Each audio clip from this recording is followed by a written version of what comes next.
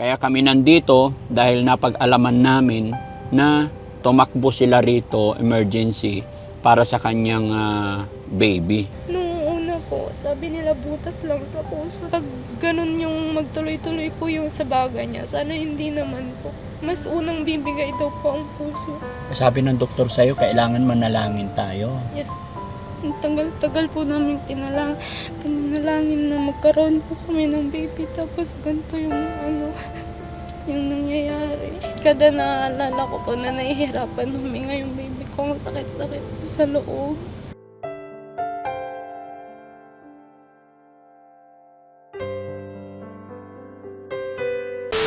So, yon mga kababayan, mga kabarangay, magandang hapon, magandang umaga po sa inyong lahat. Sa mga bago pa lang sa aming channel, siya po si Laika, siya po yung kapatid ni Charmaine. So, kaya kami nandito dahil napag-alaman namin na tumakbo sila rito, emergency, para sa kanyang baby. Ilang buwan pa yung baby mo? 3 months. Sa anak niya po na 3 buwan pa lamang. So, bago kami pumunta sa bahay nila mga kababayan, masaya po ako dahil mula nung dumating ako galing sa ospital ang kanyang kapatid, masaya ako at kampante na ako na nandyan si Ate Laika na alam kong siya yung matatag na makakapag-alaga kay Charmaine. Ang problema nga po mga kababayan, dumating ako sa bahay nila, ito yung nalaman naming balita. Kaya pumunta kami rito para malaman din yung sitwasyon, kalagayan ng anak ni Ate Laika. At gusto rin naing malaman kung ano yung update or kung hanggang kailan sila dito. Kaya nga lang po medyo yun, sa hirap ng buhay mga kababayan, kaya ito pinuntahan namin dito para makausap siya. So, Laika, sa tingin mo mga gaano kayo katagal dito? Kumusta naman ang baby mo? Pwede ba namin malaman yung sitwasyon ninyo dito, sitwasyon ng anak mo? Yung po kasi, nung pagkapunta po namin dito, in-x-ray po siya. Tapos po nung in-x-ray, yung x-ray niya po, 3 days pa po bago malaman. Inantay din po namin yung doktora niya sa puso. Kasi dito lang po siya naka-assign or sa Sacred. Wala po kaming kaya masyado para pumunta po sa Sacred Heart. Kaya dito po namin siya pinunta. Tapos nung sabi naman po nila, Monday lang yung schedule ni Doktora Bascos dito. Tapos nung naantay pa din po namin ngayon, sakali pong makapunta po siya dito ngayon para ma-check up si Dalia. Tapos yung baga niya po, meron po, na-picturean po namin yung x-ray niya sa baga. May, sabi po nung doktor na kumausap sa amin, yung ribs daw po niya, may dapat yung pagitan po ng mga ribs niya is black lang, kaso may mga parang plema po na nakabalot sa niya, tapos yung puso niya daw po malaki para sa kanya. Tapos nung sinabi po nun nung sinabi po nila yan, syempre ang bigat na po sa loob nun, kasi nga po baby pa po yun. Bakit? Ano pa sabi ng doktor sa baby mo? Anong sabi sa'yo? Kasi nung una po, sabi nila butas lang sa puso. Tapos nung sabi po nila, pag ganun yung magtuloy-tuloy po yung sa baga niya, sana hindi naman po. Mas unang bibigay daw po ang puso. Kaya ang hirap po. Tapos wala kaming magawa. Panalangin lang po. Nung panalangin yung ginagawa namin. So, sabi ng doktor sa'yo, kailangan manalangin tayo. Yes. Pero nalapatan naman na ng lunas yung baby. Yes po. Mas okay naman na po siya kaysa nung tinakbo po namin siya dito. Mas okay siya ngayon bago nyo siya itakbo. Mabuti na itakbo ninyo. Na po kami agad ng ambulance nung araw po din na yun. Ang saya-saya ko pa po nun kasi nga kakarating lang din ni ate nun. Tapos kinaumagahan, ganun po agad yung sa amin. Bungad sa amin. Yung araw na dumating kami and then kinaumagahan siya yung tinakbo nyo sa ospital, Yes, yung baby mo. Yes po. Tapos hindi pa po kami tapos sa kay ate. May ganto na naman. Maging ako man Laika, masaya ako na iuwi yung ate mo doon kasi gumagaling na siya, continuous lang ang alaga. Kaya lang so sad naman na ganito na naman nabalitaan namin sa inyo. Kaya minabuting namin pumunta rito para makumusta kayo. Sinong kasama mo nagbabantay dyan? Yung asawa ko po. Very good.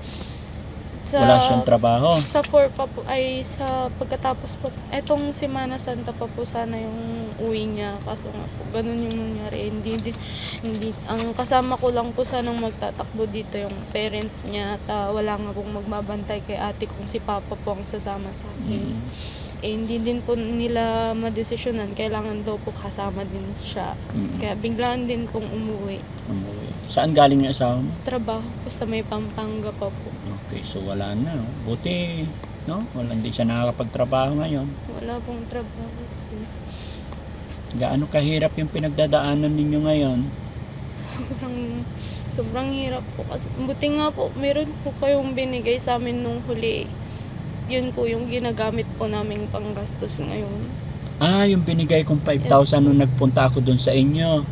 Yun po yung ginagamit po namin. Sabi ko pa naman, pumunta ako doon, nagdala ako ng grocery, bigas, kasi nabanggit mo, wala na kayong bigas, kunti na lang.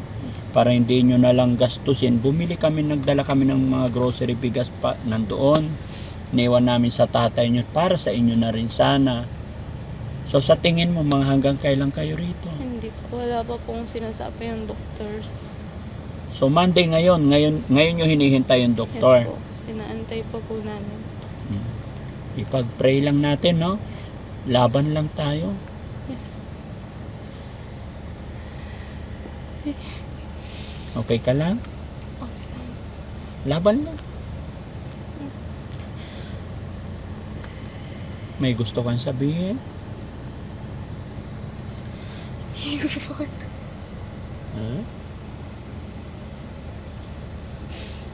Ang bigat lang po kasi kanina po, kakaturok lang ulit sa kanya. Tapos yung pagtusok sa kanya, grabe yung iyak niya bawal po sa kanya. Lalo namumutla na po yung mukha niya kakaiyak.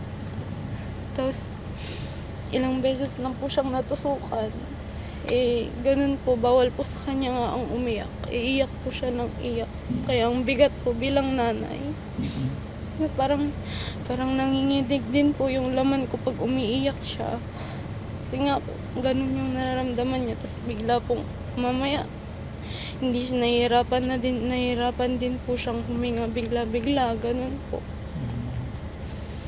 Kaya, nagdadasal na lang po talaga kami. Sana malagpasan ninyo yan, no? Sana makayanan ni baby. Ang tagal-tagal po namin pinanalangin na magkaroon po kami ng baby. Tapos ganito yung yung nangyayari. Matagal kayong magkasama ng asawa mo. Yes. Matagal kayo hindi nagkaanak, tapos ngayon lang. Yes po. Kailang bata ka pa, ha? Laban lang. No? Andyan ang tatay mo, andyan si Charmaine, mga pamilya mo, mga pamangkin mo. No. Andyan ang asawa mo.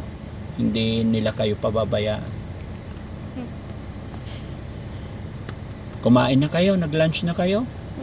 Yung bumibili po kami, dumalaw po kasi yung parents niya dito kahapon. Naghatid din po sila ng tubig, tapos kanin po.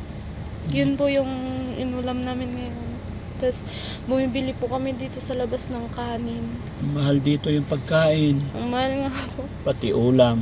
Oo po. So, sige. Laban lang tayo kahit anong pagsubok. Laban lang, ha? Ito, mga kababayan, yung sitwasyon, kalagayan ni Laika, kapatid po ni Charmaine. Gaya ng aking sinabi, masaya po sana ako na naiuwi na si Charmaine. Naging kampante ako nung nakilala ko si Laika na nandoon kasama para may mag-alaga. Pero another pagsubok yung dumating sa kanila. Pero lagi ko nga pinapaalala sa kanila, gaano man kabigat yung pagsubok na dumating sa atin, alam kong hindi ibibigay ni God yan kung hindi natin kaya. Lahat ng mga pagsubok bibigay sa atin ay si God din ang magbibigay ng kalutasan. At kung ano't ano man ang mangyari, Ate Laika, lagi mong iisipin, God is perfect. Kung ano man ang kahihinatnan or mangyari, si God lang ang nakakaalam, at alam ko may mas magandang plan si God. Gana sinabi ko, God is perfect. No? Laban lang. Magdasal ka lang lagi. Kumusta na budget nyo? May budget pa kayo? Yun nga po yung problema namin. Kasi wala din pong pasok yung asawa ko. Kami lang po, siya lang po yung inaasahan ko din. Kaso ito nga pong biglaan. No, tas kinailangan nga po sinalinan pa po kahapon ng dugo si baby pala. Tas humanap po kami dito ng dugo. Saan kayo nakahanap ng dugo? Dito din po parang binigyan lang po siya ng request. Tapos isasama na lang daw po ata sa billing dito, sir. So ibig sabihin may billing din. Yes, Hindi po, pala to government. Government din po, pero first time po namin ma-confine dito. So yun mga kababayan, mga kabarangay, magpapaalala po ang Team Daddy Frankie, hindi pwedeng mag-video sa labas. Pasensya na po kasi ayaw namin magkaroon ng violation. Kaya nandito kami sa loob ng sasakyan, no? So, mabuti naman na sinusuportahan ka ng asawa mo, nandyan siya kaagad, no? Opo, nung papunta po kami dito, galing po kami sa San Quintin. So, na po siya. Pinapunta na po namin siya sa Merosales. Galing po Pampanga. Biyahe din po siya agad. Yes. Parang na lang po namin, sinalubong na lang po namin sa Rosales. Ilan taon yung asawa mo? 24 po. Sabi mo, construction yung asawa mo? Yes po. Humihingi po ako ng tulong sa mga katulad ko din po na nararamdaman po yung bilang ina. Hingi po ako ng tulong sa inyo para po sa gastusin ng baby ko na nahihirapan po ngayon. Sana po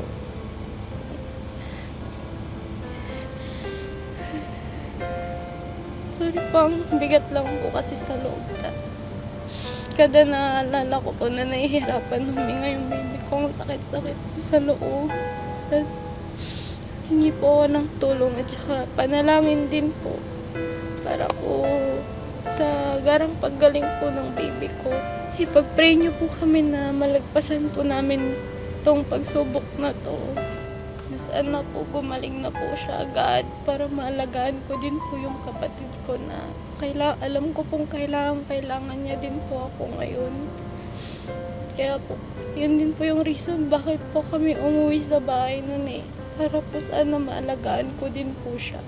Tapos, para mas maging okay po sana kami muna doon. Yes. Kaso ganito nga po yung nangyari. Hindi naman po inaasahan. Biglaan lang din po kasi. Kaya, sana po may mga tumulong po sa amin, sa baby ko po. Nung pinagbubuntis mo ba yung anak mo, na-check up nyo ba yun? Napapa-check up nyo Yes ba? po. Fully check up po. Lahat. Lagi po kaming sa check up niya. Kaya ang sakit ko lang po nung nagbubuntis po. UTI. Okay. Pero nung nasa tiyan mo pa lang, hindi na-detect yung problema ng bata? Wala po. Nalaman nyo na lang nung nakalabas na yung baby? Yes po. Pagka po namin sa hospital noon, pinanganak ko po siya. Okay man po siya. Pero syempre yung sa UTI ko po, parang nakuha niya yung bacteria daw. Kaya kailangan niya pong mag-antibiotic. Tapos, kala ko yun lang po yung problema sa kanya. Nung pagka-check po siya, ilang doktor na po yung nag-check sa kanya. Hindi naman po na nabanggit na may ganun palang problema sa kanya. Nung may doktor po na isa, pagka-check po niya, sabi niya may iba sa puso niya. Tapos nung chinek po na ganun, sabi po sa amin, kailangan niya magta-echo. Ganun nga po, parang mabilis yung heart rate niya. Tapos nung pinunta po namin nung pagkalabas po namin sa hospital nun. Pinunta po namin siya sa Today. Nag-Today ko po kami sa Ordaneta. Kahit ang bigat po, pagkapunta po namin sa Ordaneta, ilan lang yung pera talaga namin nun kasi wala pang trabaho yung asawa ko nun. Halos kakapasok niya lang po nun. Eh, syempre kailangan niya din po ulit umuwi kasi nga po nanganak ako. Nung nag-Today ko po kami, yun nga po, na-confirm dun na may 3 butas sa heart niya. Tapos nung sinabi po nun, sabi naman po, may chance pa na magsara. Kaya umaasa po kami sa chance na yun. Opo.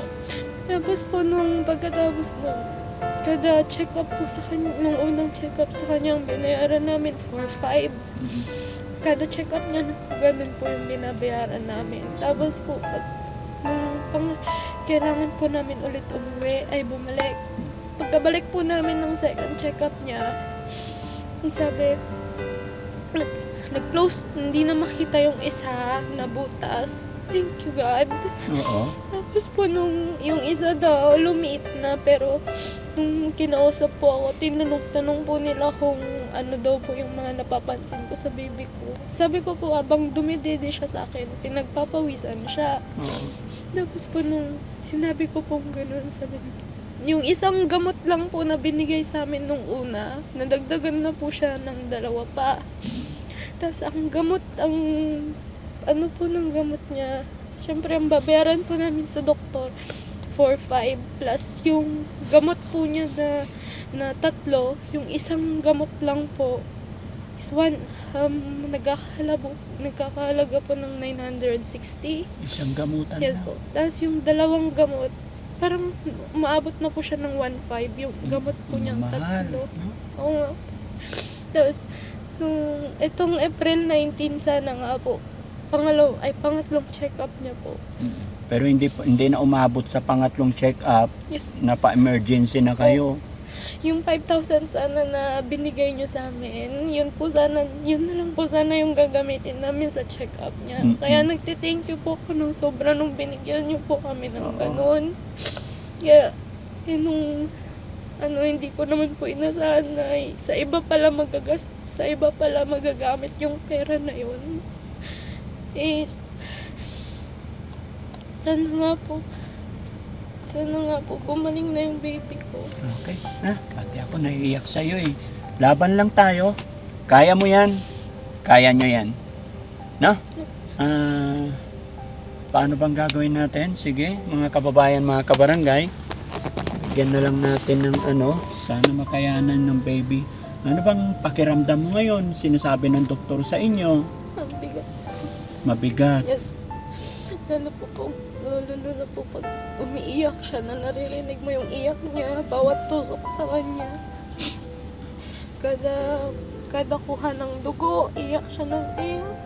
Na para bang yung mukha niya namumutla.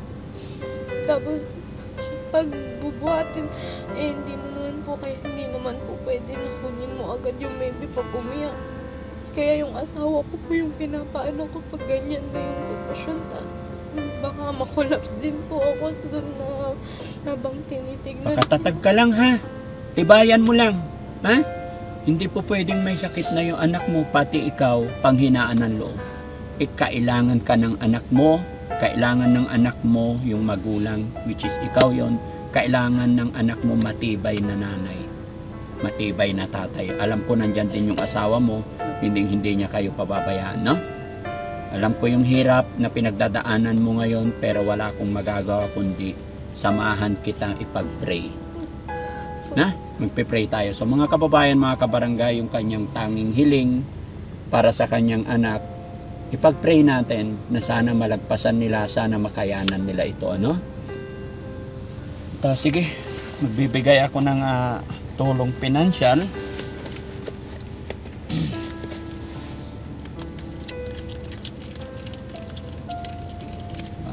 Para makatulong sa inyo, para kumain din kayo, huwag nyo masyadong tipirin sarili nyo para hindi kayo magkasakit, no? Mag-usap kayong dalawa mag-asawa at alam ko yung biyanan mo mga hipag mo is hindi nila kayo pababayaan. O, alam ko hindi ka pababayaan din ng asawa mo. Sa tatay mo, alam ko wala rin silang maitutulong sa ngayon kasi may binabantayan na kapatid mo. Kaya ako na lang muna tutulong sa'yo, ha? Thank you. Tanggapin mo to. No? 1, 2, 3, 4, 5, 6, 7, 8, 9, 10,000. Sir, thank you po talaga sa tulong niyo sa amin. Wala po kaming, alam ko po, wala po kaming may babayad sa mga tinutulong niyo sa amin. Sa kapatid ko pa lang po. Sobrang thank you na po kasi sobrang saya po namin na ganun na po yung sitwasyon ni ate ngayon na medyo okay na po siya. Tapos tuloy-tuloy po yung tulong na binibigay niyo sa kanya. Hindi niyo po siya napapabayaan. Tapos ito na naman po kami ngayon na nahihingi na naman po kami sa inyo ng tulong para sa baby ko naman po. Hindi pa po kayo tapos sa kapatid ko pero ito, patuloy pa din po yung pagtulong niyo sa amin. Maraming salamat po. Huwag kang mag-alala. Gaya ng sinabi mo na hindi mo alam kung paano mo maibabalik yung mga tulong na yan. Tandaan mo. Tandaan nyo mga kababayan. Ano man ang ibinibigay ni Daddy Frankie, ano man po ang inaabot namin tulong, yan po ay kusa galing sa puso namin. Wala po kaming hinihintay or hinihinging kapalit. Masasabi ko lang, maging matatag ka lang, maging mabuting tao ka lang, sumunod ka lang sa batas ng Panginoon. Palagay ko nakaganti ka na sa mga taong may mabubuting kalooban para sa iyo. Na? Salamat. Laban ka lang. Sige, ingatan mo yung pera, itago mo, mag-ingat kayo. Salamat po. So yun mga kababayan, mga kabarangay, gaya ng aking sinabi sa kanyang tatay, napapasyalan ko sila rito para malaman din natin yung sitwasyon. At pansamantala hanggang dito kami magpapaalam, nawa po ay malabanan ni Ate Laika yung kanyang pagsubok na pinagdadaanan. Maraming salamat po sa inyong lahat, magandang gabi po and God bless po. Sige na, para mabantayan mo yung anak Thank mo. you so much po, sir. Walang anuman ha. Pakatatag ka, ibulsa mo yung pera mo. No?